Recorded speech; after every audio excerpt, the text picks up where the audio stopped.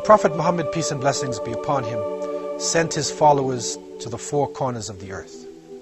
And over the centuries, there were high points for Muslims, and there were also low points. Muslims were kings and slaves. And in all different aspects of life, in different levels of testing, Muslims who practiced their faith were able to come to the surface, as followers of the greatest prophet who ever lived. It is reported in the European slavery that went across from the Atlantic that as many as 30% of the slaves who came from Africa into the Americas and were taken as political prisoners to the Western Hemisphere were Muslims. Many of these people are still revisiting their roots, and this is making Islam the fastest growing religion in the West. This is a very important topic. We need to go deep into what actually happened to the slaves to try to understand this phenomenon, because it is still influencing American society today.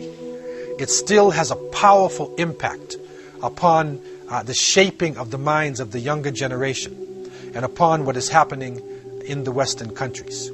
Originally, when slavery was practiced in America and in this Western Hemisphere, the first slaves were actually the poor whites. But because they could identify with the masters, with the upper class, they refused to stay within a state of slavery. Slavery was then changed to the Red Indians, to the native people of America. But the native people were living on their land. And so they refused also to remain in slavery, and either they would sit down and refuse to move until they died, or they would fight to their death and they would escape. So the European colonialists at that time needed to have people who could easily be identified and also were familiar with the growing of cotton and sugarcane and living within a semi-tropical climate. And so they looked to the west coast of Africa to try to bring in slaves who would fit this role and who would propel the culture to give products for the industrial revolution that was about to happen.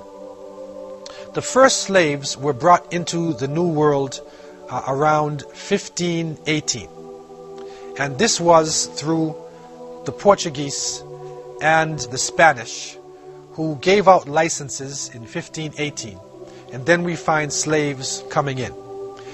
After that point, we find then the Dutch, the British, the French, all of the colonial masters at the time were selling people as you sell chattel.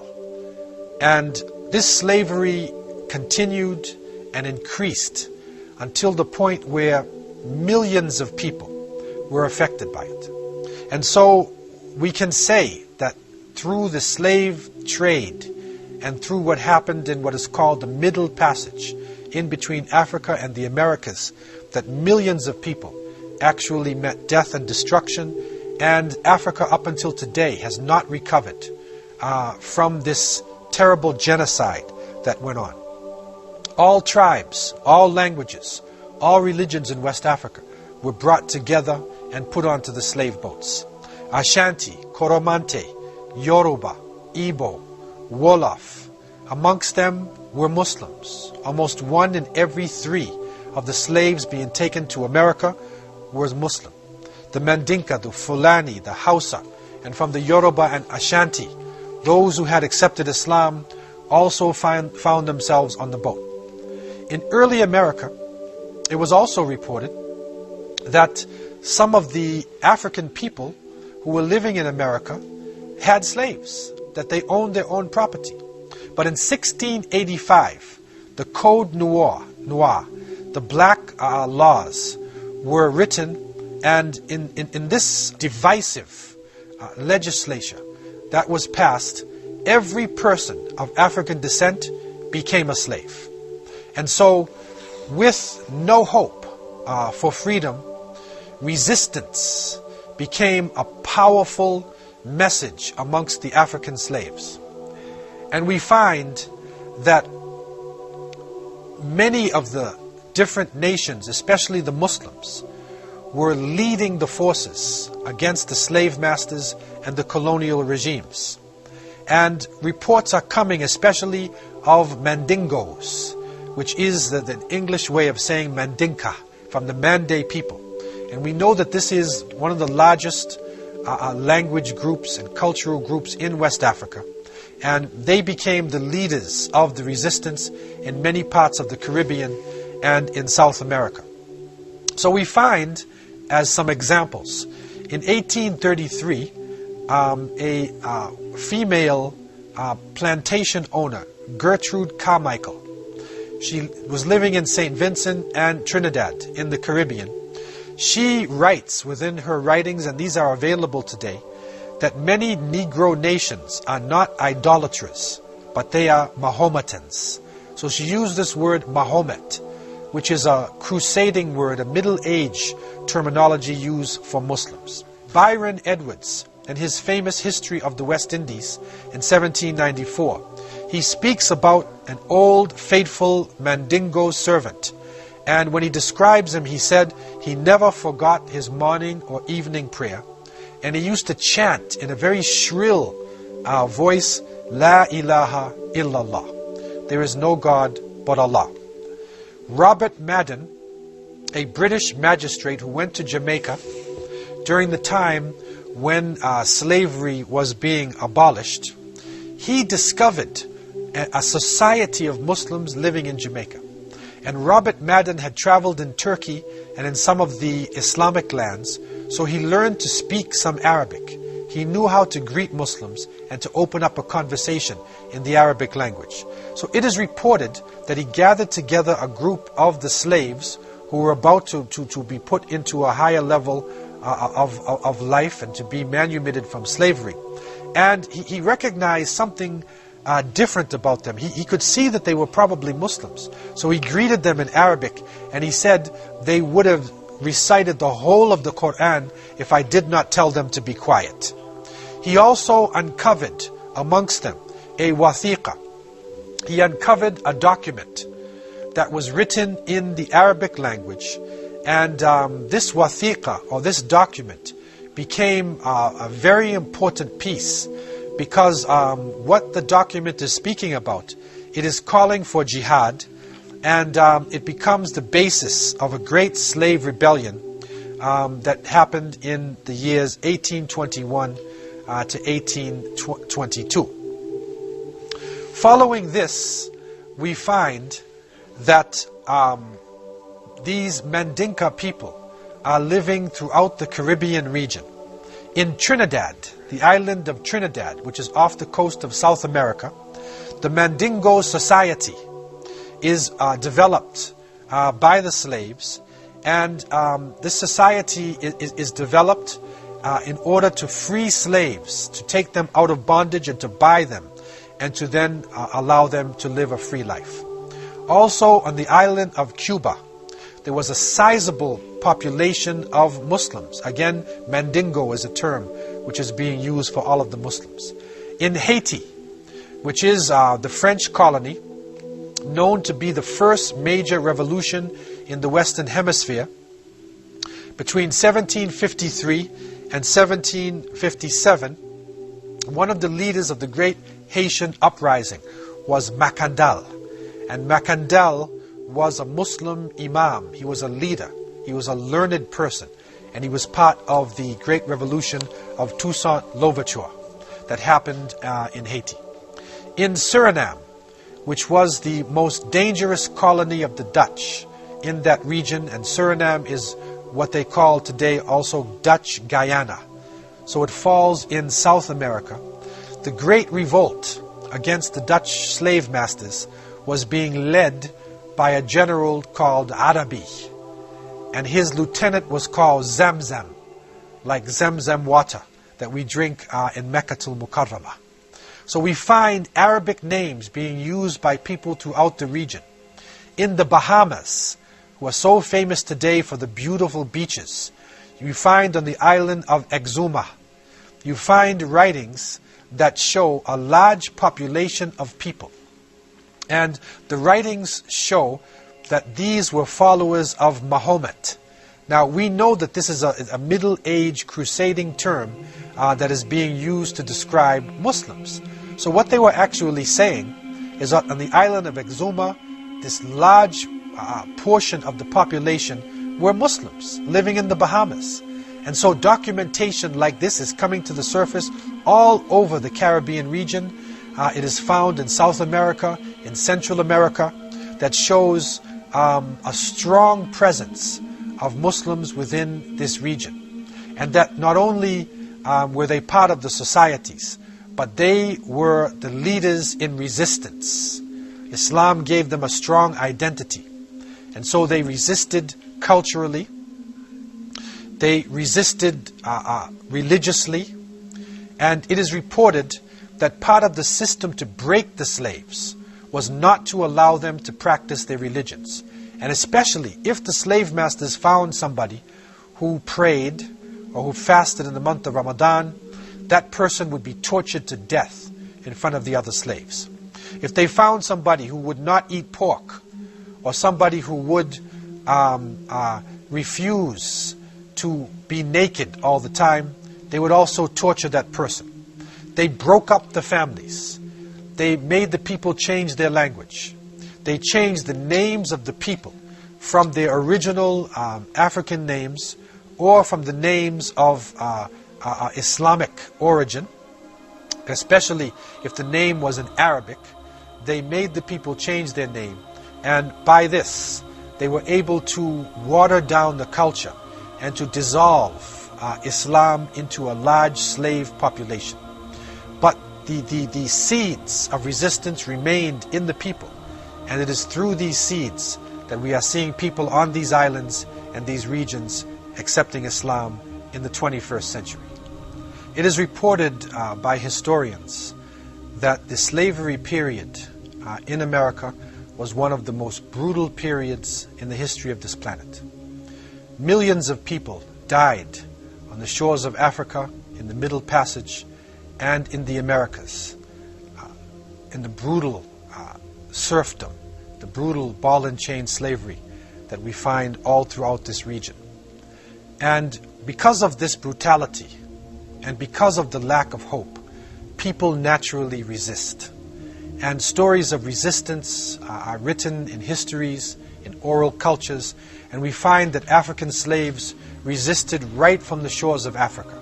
When they knew that they were being taken away from their families, that they resisted, and they would jump off the boats. They would struggle with everything that they had. Also, we find that in the Middle Passage itself, we find that boats were taken over by the slaves, and the Amistad boat, the famous, well-documented boat, has come into popular literature and understanding. And this Amistad is an example of resistance of the slaves. And so this struggle continued right into the Americas.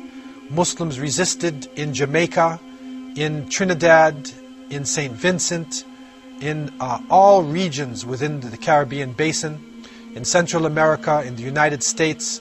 There were different forms of slave revolts.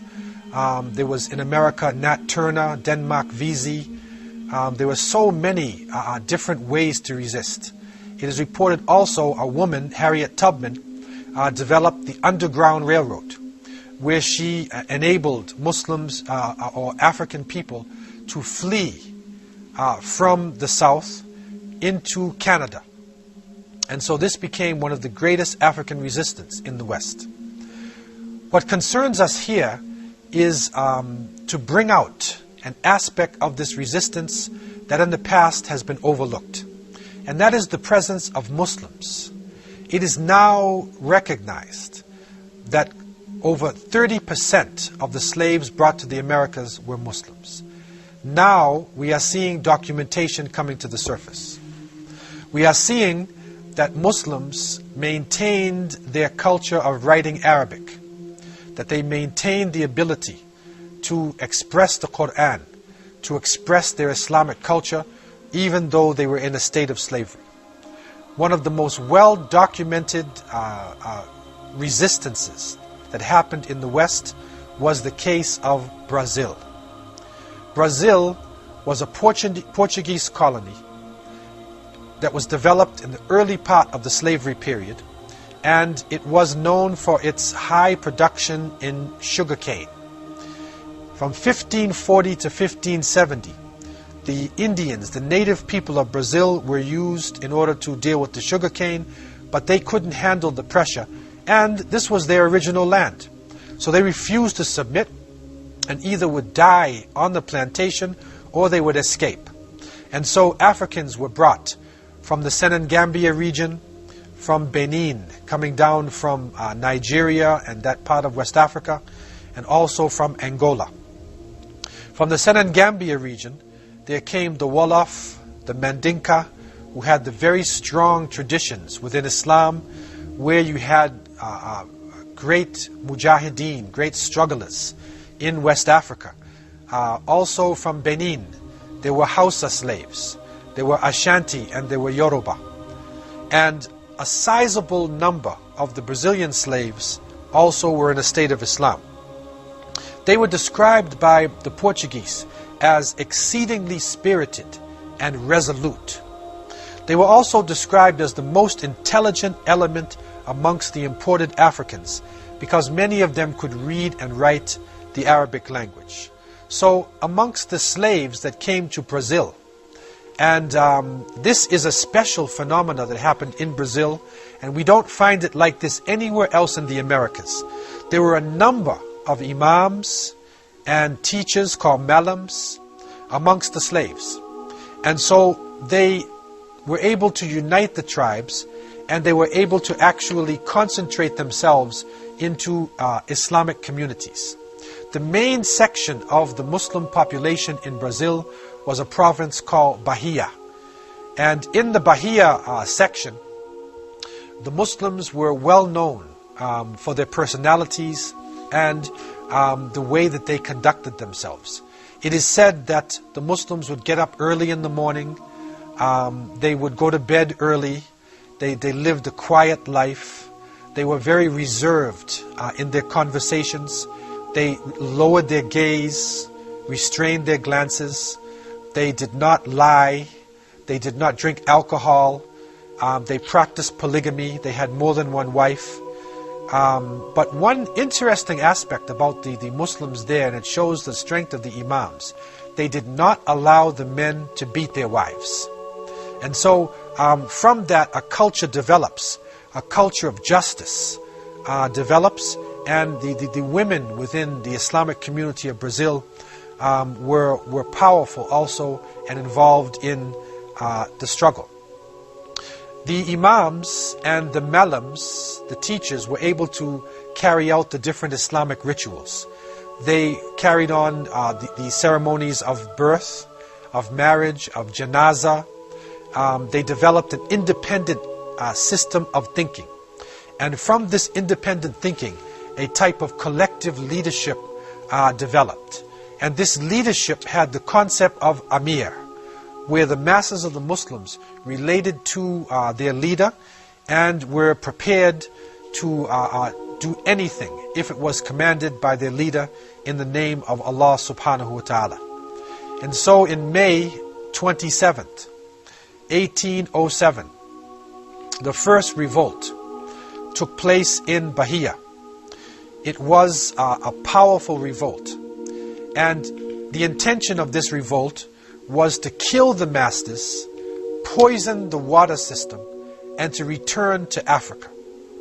But unfortunately, spies, weak-minded hypocrites, munafiqeen, in the ranks of the Muslims, gave the information over to the authorities, and the government then waited for the revolt, and just before it was about to take place, they suppressed it, and they killed the leaders. But they took some of the people who were involved in it and they put them on boats and they sent them back to Africa. The second major revolt was in 1814, between 1814 to 1816. This was a spontaneous revolt. It was not organized in the way of the first revolt. And because of this lack of organization and the spontaneous nature of the revolt, they were able to kill many of the masters, and they were able to capture certain sections of the land, but they were eventually put down, and many of their ringleaders were either killed or sent back to Africa. The largest revolt took place in 1835, and this is known as the Great Revolt of the Malays. What is important to understand is that this revolt was led by Muslim scholars, and there were 10 Muslim scholars in particular who gathered together and who wrote different documents. They would send the wathiqa to the other people, and you can see a document here which is actually from Brazilian Muslims, written in the Arabic language. And so the leaders of these revolts came from different parts of West Africa.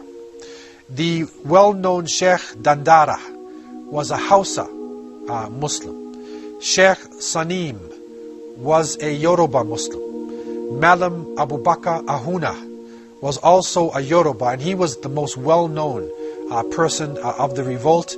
And also Malam Bilal, he was also Yoruba and a well-known person within the revolt. What happens now in this concentration, that we find a powerful force coming out of the Muslims. They literally had developed masjids. There were 20 known masjids in Salvador, which is like the capital of Bahia. And they gathered together within the masjids, and they established special meeting places, like diwans, or special places where they would gather together in order to discuss the revolt. And so, through these secret meetings and their connection with their Amir, and by communicating in the Arabic language and taking a special oath from the people, they were able to spread the word of a large revolt far and wide, and it was not detected by the authorities. They chose Ramadan as the date of the revolt. And but unfortunately, again, Munafiqeen came into the picture, and they informed the government authorities about this upcoming major revolt of the Malays that was to take place. Even so, a strong fight continued, and the Muslims were able to take the struggle all throughout the countryside. They were able to conquer certain sections within Salvador, but because of the technology, the weapons, and the organization of the Portuguese army, the revolt was actually eventually put down, and a mass deportation happened, where many of the leaders and many of the people involved in the revolt, instead of just being killed, they were put on boats and they were sent back to West Africa. And it is interesting today that in Lagos, in Nigeria, you can pray in a Brazilian masjid. So you can make your salat in a mosque that was built by Brazilian Muslims who were captured, struggled for their independence, and eventually returned to West Africa, and they built masjids within a major West African city. What this revolt showed was the fact that even under the most difficult circumstances, Islam was able to unite different tribal groupings. It also showed the spirit of struggle that Muslims were maintaining, especially those who were reading directly into the Book of Allah and following the Sunnah traditions of the Prophet Muhammad, peace and blessings be upon him. These revolts that are happening in the early part of the 19th century, the ones that are happening in the 1814 and then going up to 1835, they coincide with the great Hausa Fulani revolutions that were going on in West Africa. Sheikh Uthman Den Fodio, Rahimahullah, of Sokoto, of northern Nigeria and Hausa land, was a great scholar who succeeded in uniting his people and overthrowing the authorities in Hausa land and developing an Islamic state of over 250,000 square kilometers. So the spirit of the Sheikh coming out of his literature, and the people who were captured and unfortunate in slavery still showed out, even though They were thousands of miles away in Brazil. And so today when you see a Brazilian and you see the spirit that they have, and the young people are watching the Brazilians in soccer and they see the strong spirit, recognize that a good percentage of Brazil are Muslims, and there are hundreds of people who are coming into Islam today in Brazil. I leave you with this new gem of wisdom that has come forward from the untold stories of history. Assalamu alaikum wa rahmatullahi wa barakatuh.